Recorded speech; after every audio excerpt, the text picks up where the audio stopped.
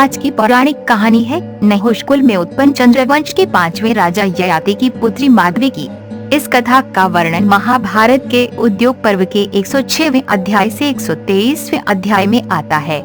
माधवी थी तो राजपुत्री, पर उसके पिता ययाति ने उसे इसलिए गाल ऋषि को सौंप दिया था ताकि वो उससे अन्य राजाओं को सौंप कर अपने गुरु विश्वामित्र को गुरु दक्षिणा में देने के लिए 800 श्वेतवर्णी अश्व प्राप्त कर सके।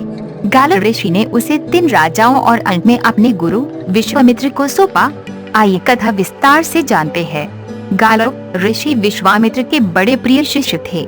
जब उनका अध्ययन पूर्ण हुआ तो नियमानुसार गुरु से दीक्षा लेकर गृहस्थाश्रम में प्रविष्ट होने की अनुमति लेने का अवसर उपस्थित हुआ। गालव ने सोचा यही अवसर है जबकि गुरु के प्रति मैं अपनी अपार भक्ति एवं श्रद्धा का कुछ परिचय दे सकूंगा। उन्होंने निश्चय किया कि अपनी शक्ति के अनुसार कोई न कोई गुरु दक्षिणा देकर ही आश्रम से विदा लेंगे, किंतु उनके गुरु विश्वामित्र से गालव की स्थिति छिपी नहीं थी। फलतः गालव के अनेक अनुरोधों एवं दुराग्रहों को क्षमा कर उन्होंने उन्हें गृहस्थाश्रम में प्रविष्ट होने की ही अनुमति प्रदान की। किंतु गालव भी अपने निश्चय के प्रति अविचल थे। उनको ये कथापि स्वीकार नहीं था कि गुरु को कोई दक्षिणा दिए बिना ही वे आश्रम से विदा ले। वह अपने निश्चय पर डटे रह गए और विश्वामित्र के बहुत कुछ समझाने बुझाने पर अंत तक यही कहते रहे, गुरु देव, मेरी विद्या तब तक फलवती नहीं हो सकेगी जब तक मैं आपको कोई दक्षिणा नहीं दे देता। विश्वामित्र का सहज क्षात्र तेज गाल के इस दुराग्रह पर उद्दीप्त हो उठा। अकिचन और युवक ब्राह्मण पुत्र की ये धृष्टता उन्हें मर्मभेदनी सी लगी। जो उन्हें ये राजा अपनी दक्षिणा का पात्र समझ रहा है, उन्हें ये स्मरण करने की आवश्यकता नहीं थी कि वे यह राजा के पुत्र थे। सम्राटोचित वैभव विलास को पैरों तले ठुकराने वाले को एक भिखारी का बालक दक्षिणा देना चाहता है, ये कैसी विडम्बना है। विश्वामित्र विचलित हो उठे। उनका धैर्य समाप्त हो गया। गालव के इस हठ एवं अभिमान ने उनके विवेक और संयम को झंकृत कर दिया। अपार क्रोध से विकम्पित वाणी में उन्होंने गालव को तर्जित करते हुए कहा, दुराग्रही गालव, तुम्हें विश्वामित्र जैसे गुरु को संतुष्ट करने के लिए ऐसे 800 श्याम कर्ण अश्व देने होंगे जो चंद्रमा के समान श्वेत वर्ण के हैं। अत्यंत कठिन शर्त थी ये गालव के लिए, किंतु विश्वामित्र की ये वज्रवाणी स्वाभिमानी एवं दृढ़ निश्चयी गालव को विचलित नहीं कर सकी। उन्होंने अत्यंत विनय और सत्कार भरे शब्दों से अपने आचार्य से तात्कालिक क्रोध को शांत करके इस दुर्लभ दक्षिणा को जुटाने के लिए यथेष्ट समय देने की याचना की, जिसे विश्वामित्र ने भी स्वीकार कर लिया। तेजस्वी गालव की पक्षराज गरुड़ से विशेष मैत्री थी। फलतः विश्वामित्र की अमरशाग्नि से बचाने के लिए गरुड़ ने गालव का बड़ा संग दिया। अपने कामकाज से छुट्टी लेकर वह गालव के संग भूमंडल भर की प्रदक्षिणा करके ऐसे 800 श्याम कर्ण अश्वों की खोज के लिए निकल पड़े। द्रुतगामी गरुड़ पर बैठकर समूचे भूमंडल की परिक्रमा कर चुकने पर भी जब गालव को सफलता की कोई आशा नहीं दिखाई पड़ी तो वह निराश होकर आत्महत्या के लिए उतारू हो गए। किंतु गरुड़ ने इस समय भी उनका साथ नहीं छोड़ा। अपनी सूझबूझ से उनके प्राणों की रक्षा करके उन्होंने गालव को अभीष्ट सिद्धि के लिए गंगा यमुना के संगम स्थल पर बसे प्रतिष्ठानपुर के स्वामी महाराज ययाति की शरण में चलने की प्रेरणा दी। महाराज ययाति का उन दिनों धरती के राजाओं में सर्वाधिक सम्मान था। अपने अतिथियों, यज्ञों एवं प्रजा के कल्याणकारी कार्यों के लिए ययाति को कुछ भी अदेय नहीं था। जब उन्हें गरुड़ समेत ऋषि कुमार गालव के आगमन की सूचना दी गई तो राजा ने उनका हार्दिक स्वागत सत्कार किया। गरुड़ ने अपने आगमन का प्रयोजन बताते हुए कहा, राजन, ये तपोनिधि गालव मेरे अभिन्न मित्र हैं। महर्षि विश्वामित्र के ये प्रिय शिष्य रहे हैं, किंतु दुर्योगवश गुरु दक्षिणा के प्रसंग पर गुरु शिष्य के बीच ऐसी विषम स्थिति उत्पन्न हो गई है कि उसकी शांति आपकी कृपा द्वारा ही संभव है। इन्हें गुरु दक्षिणा के लिए यज्ञ आदि शुभ कार्यों में शुभावह 800 श्याम कर्ण अश्व चाहिए।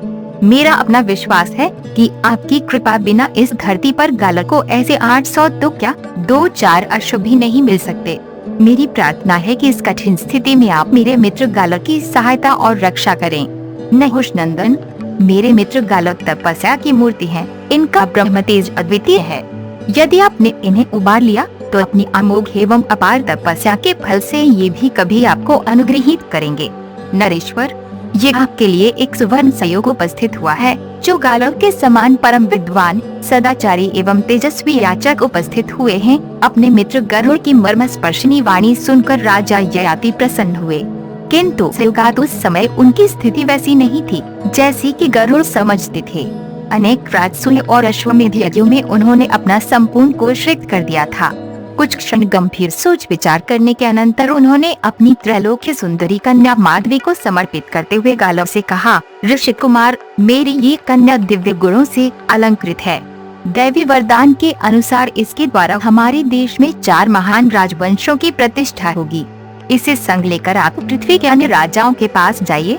ऐसी सर्वगुणोपेत एवं सुंदरी के शुल्क के रूप में राजा लोग अपना राज्य तक दे सकते हैं। फिर 800 श्याम कर्ण अश्वों की तो बात ही क्या है।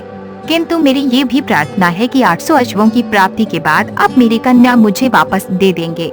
ययाति पुत्री माधवी को संग लेकर गरुड़ और गालव सर्वप्रथम अयोध्या के राजा हर्षव के पास पहुँचे, जो उस समय न केवल अपनी दानशीलता, शूरता, परदुहक, कातरता तथा समृद्धि के कारण धरती भर में प्रसिद्ध थे, वरन संसार भर से चुने हुए अश्वों को रखने के कारण भी विख्यात थे।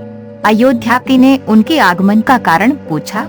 ऋषि कुमार गालव ने राजा हर्षव से माधवी के कुल, शील एवं गुणों की चर्चा करते हुए जब अपना मंतव्य प्रकट किया तो राजा हर्षव की प्रसन्नता का ठिकाना न रहा। किंतु विडम्बना यह थी कि उनके पास वैसे श्याम कर्ण अश्वों की संख्या केवल 200 थी। हर्षव ने अपनी असमर्थता प्रकट करते हुए गालव और गरुड़ को यह सुझाव दिया, आपको मेरे ही समान अन्य राजाओं से भी माधवी के शुल्क के रूप में वैसे श्याम कर्ण अश्वों की प्राप्ति का उपाय करना होगा। मैं अपने 200 अश्वों को देकर माधवी से केवल एक पुत्रोत्पत्ति की प्रार्थना करूंगा। दूसरा कोई चारा न होने के कारण गालव और गरुड़ ने अयोध्यापति हर्षव की बात मान ली और ययाति पुत्री माधवी को अयोध्या में निर्दिष्ट अवधि के लिए छोड़कर कुछ दिनों के लिए अयत्र चले गए।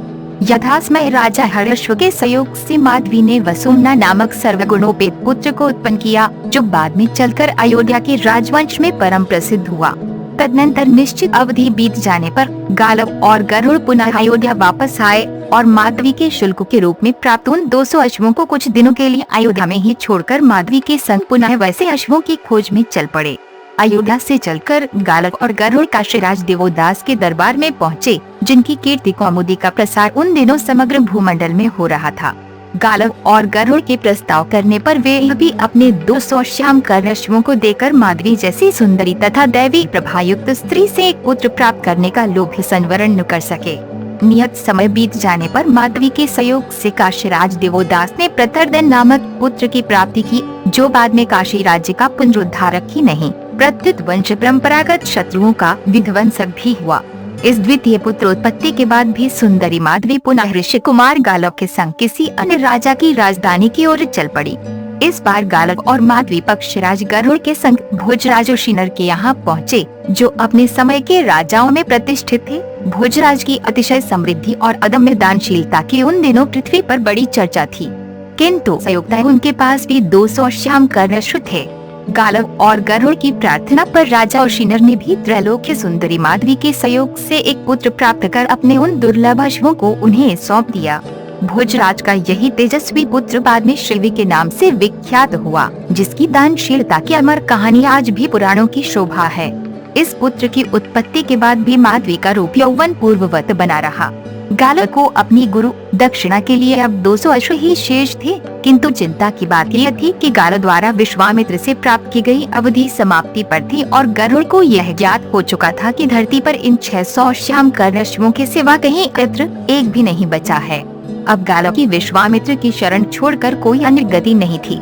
अंततः गरुड़ की सलाह मानकर 600 अश्वों और त्रैलोक्य सुंदरी माधवी तथा गरुड़ को संग लेकर वे विश्वामित्र के समीप पहुँचे और शेष 200 अश्वों की प्राप्ति में असमर्थता प्रकट करते हुए विनय भरे स्वर में कहा, गुरु वर, आपकी आज्ञा से इस भूमंडल पर प्राप्त 600 श्याम कर्ण अश्वों को मैं ले आया हूँ, जिन्हें आप कृपा कर स्वीकार करें। अब इस धरती पर ऐसा एक भी अश्व नहीं बचा है, अतः मेरी प्रार्थना है कि शेष 200 अश्वों के शुल्क के रूप में आप दिव्यांगना माधवी को अंगीकार करें। गालव की प्रार्थना का अनुमोदन गरुड़ ने भी किया। विश्वामित्र ने अपने प्रिय शिष्य की प्रार्थना स्वीकार कर ली और माधवी के सहयोग से अन्य राजाओं की भांति उन्होंने भी एक तेजस्वी पुत्र की प्राप्ति की, जो कालांतर में अष्टक के नाम से प्रसिद्ध हुआ। बड़ा होने पर विश्वामित्र की अनुमति से अष्टक ने उनकी राजधानी का सारा कार्यभार ग्रहण किया और माधवी के शुल्क के रूप में प्राप्त उन 600 दुर्लभ श्याम कर्ण अश्वों का भी वही स्वामी हुआ। इन चारों पुत्रों की उत्पत्ति के बाद माधवी ने गाला को ऋण करा दिया। फिर तो वे अपने पिता राजा ययाति को वापस कर दी गई, क्योंकि उसके पिता ने केवल 800 श्याम कर्णश्वों के शुल्क के लिए ही गाला को प्रदान किया था। अपने पिता के घर वापस पहुंचने पर वे पूर्ववत समादृत हुई। उसके अनंत रूप और यौवन में 4 पुत्रों की उत्पत्ति के बाद भी कोई कमी नहीं हुई थी। अपने इन चारों यशस्वी पुत्रों की उत्पत्ति के बाद जब वह पिता के घर वापस आई तो पिता ने उसका स्वयंवर करने का विचार प्रकट किया, किंतु माधवी ने किसी अन्य पति को वरण करने की अनिच्छा प्रकट कर तपोवन का मार्ग ग्रहण किया।